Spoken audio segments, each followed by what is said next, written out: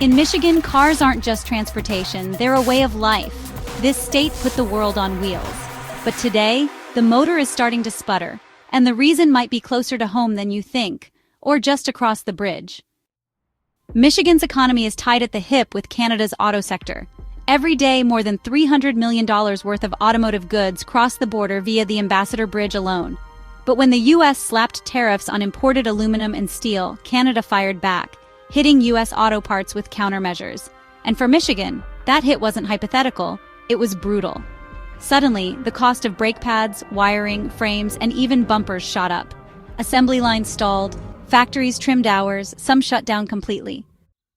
With tensions high, inspections increased, border wait times doubled, and Michigan businesses that rely on just-in-time delivery, they felt the squeeze hard. It's not just about tariffs, it's the uncertainty. Every delay at the border adds cost.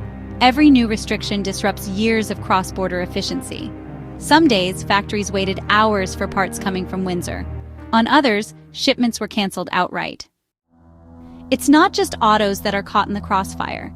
Michigan's dairy farmers have long exported cheese, butter, and milk-based powders to Canada. But Canada's response?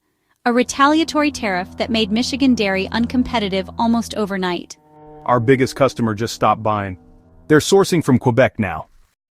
From apples to beans to beef, Michigan exports a wide range of agricultural goods north. And, many of those are now tangled in the tit-for-tat tariff war.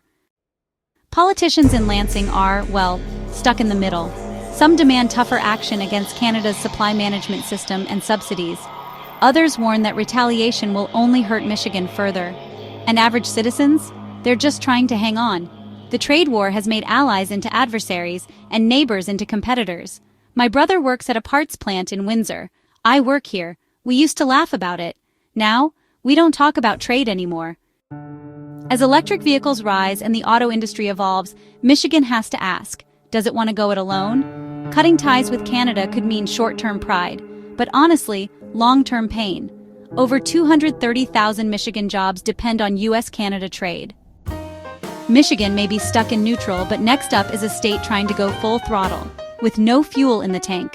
Get ready for Ohio, where manufacturing, glass, and steel are on the brink. And Canada might be the last thing keeping some towns alive.